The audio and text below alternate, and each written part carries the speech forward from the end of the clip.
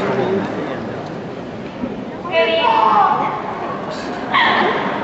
evening. Bienvenidos. Kabarigan. Bonsoir. Assalamu alaikum. And welcome. My fellow peers, parents, family members, faculty, and friends. I'd like to start by thanking our staff and teachers. Our years here would never have been the same. Dr. Zimmerman's constant threat to give us a prize, and Ms. Denton's endless appreciation. I'd like to thank our parents. If you weren't there to provide us with endless nutritious midnight snacks, wake us up for breakfast with Keeble, support us through every English novel, project, and paper, and attend countless extracurricular activities, we never would have made it this far. Finally, thanks to our class for holding each other's hands, working together, and using teamwork to get through our 4 years here at Cypress.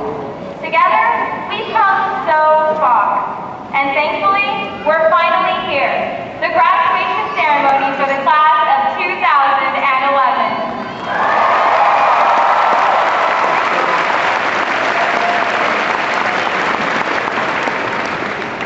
Despite our recent bout with senioritis, we learned a great deal here during our 4 years at Cypress. As we flipped through the works of Suzanne Collins, Fyodor Dostoevsky, Harper Lee, and John Steinbeck, we explored entirely new aspects of life and were inspired to hope for the future. We were the first class to experience shattered dreams and the last to have fun with Mr. Hallmark and his chalk-infested lessons, his epic stories, and his endless wisdom. Our seemingly flawless track record ensures that each of us has an extraordinary capacity. Yet, we are not only motivated academically, but excel in extracurricular activities as well. In our midst, we have extremely talented artists, athletes, mathletes, musicians, actors, inventors, dancers, debaters, scientists, and writers. From Tommy Tune Award nominees and winners, UIL state qualifiers, cheerleading champions, to qualified debaters, and #1 girls basketball teams, we've had quite a run this year. We've been filled with talent and accomplishment. With such an amazing history behind us, there is no doubt that we have the potential to create a promising tomorrow. So as we walk across the stage and accept our diplomas, let us keep in mind that this is not the end. This is simply a continuation of our journey.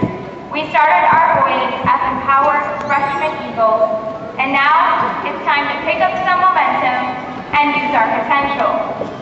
We are the future. You see that girl in front of you? She's the next Rachel Ray. That guy to your left, he's our next Chicharito, or Rafa Nadal. The girl behind you, she's the next Michelle Obama.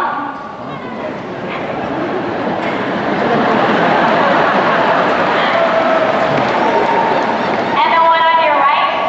No, not that one. The one in the green gown, he's our next Mark Zuckerberg. Who knows? Maybe one of us will be the next Iron Stuff America. We all are capable of amazing accomplishments once we harness our potential and put it to use. After all, to quote Benjamin Franklin, what's a sundial in the shade? In a world where at least 80% of humanity lives on less than $10 a day, in a world where nearly 1 billion people enter the 21st century unable to sign their names or read books, and in a world where 22,000 children die daily because of poverty, it is obvious what our purpose is. So, let's put our knowledge to use. Let us revamp the relief efforts in Japan, or help build schools in Sierra Leone, provide clean drinking water to children in India, and change the world, one little step at a time. After Tunisia, Egypt, Libya, and other parts of the Middle East, we've realized that Margaret Mead spoke the truth when she told us never to doubt that a small group of committed citizens can change the world. Indeed, it is the only thing that ever has. So whether we want to take a year off to join the Peace Corps, or enlist to serve our country, or just hold the door for the person behind us, every act, big or small, has an impact on our lives. The past few years here at Cy Hall have been a dream, within a dream, within a dream. We spent our time debating Ghana's loss in the World Cup, discussing the level of awesomeness achieved by the social network, obsessing over the royal wedding, searching for that perfect little prom dress, and finding the cure to beaver fever. We have made boyfriends, girlfriends, close friends, acquaintances, and maybe even a few rivals. And despite the presence of Facebook, it's going to be a while before we see each other again. So let us take this opportunity to acknowledge the people who have irrevocably impacted our lives. Because once we pack our bags to go to college, there's no knowing when we will encounter each other again. So it's time for us to close this chapter and craft a new adventure. It's time for us to soar.